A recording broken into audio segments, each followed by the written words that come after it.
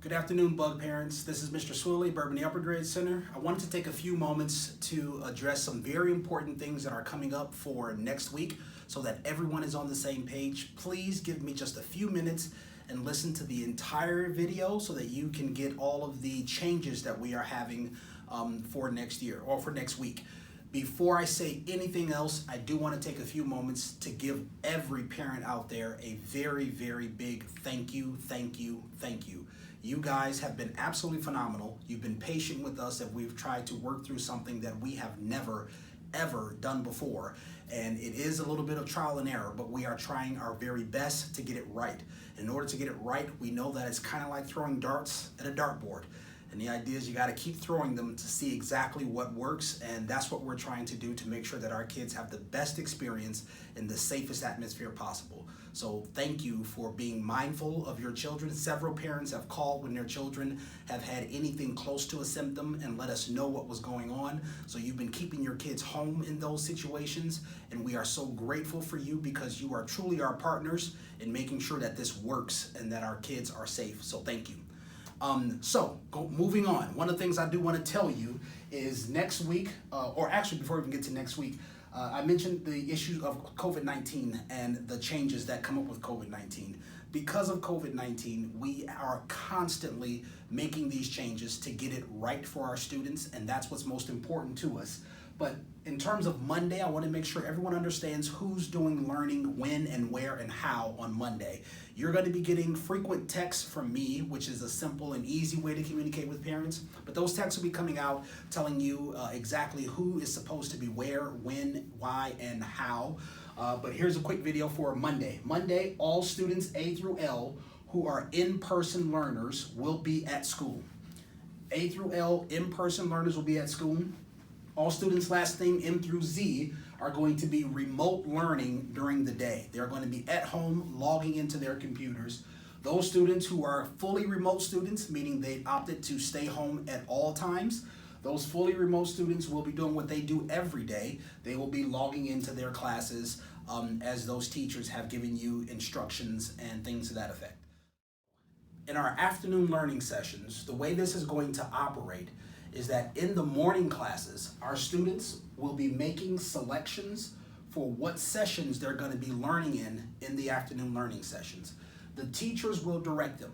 Some students will have the opportunity to choose where they need to go. Sometimes teachers will have a little more flexibility in helping them make decisions about where it is that they need to go to make sure that they're getting the extra help that they need.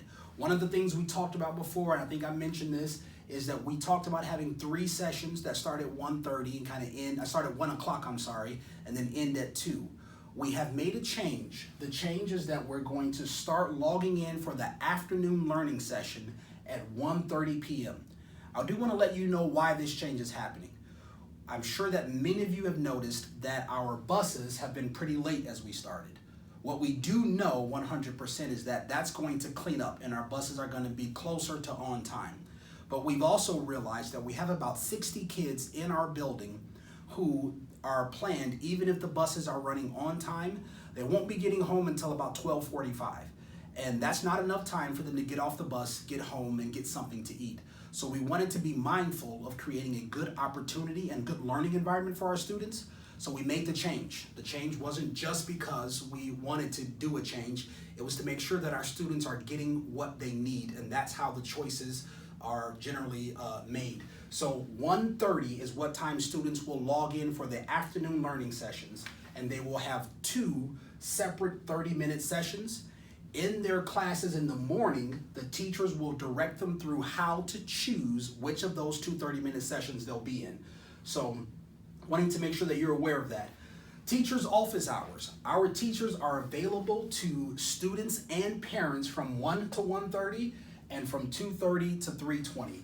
This time from 1 to 1:30, we are expecting our students to eat and then start setting up to get prepared for their hour-long learning session. So this 1 to 1:30 time, students are preparing for their learning and eating and having lunch, but I also encourage parents to get involved in the learning process.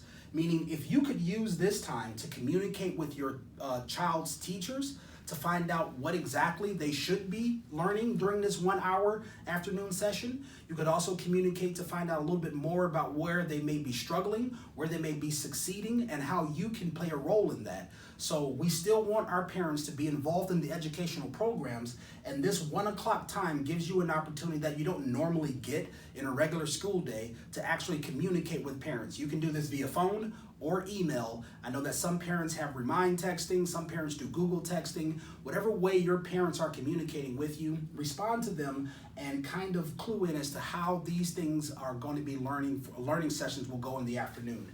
If you have any other hours or any other questions or concerns, between the hours of 2:30 to 3:20, parents are free and students to check in with teachers and find out what may be going on and why.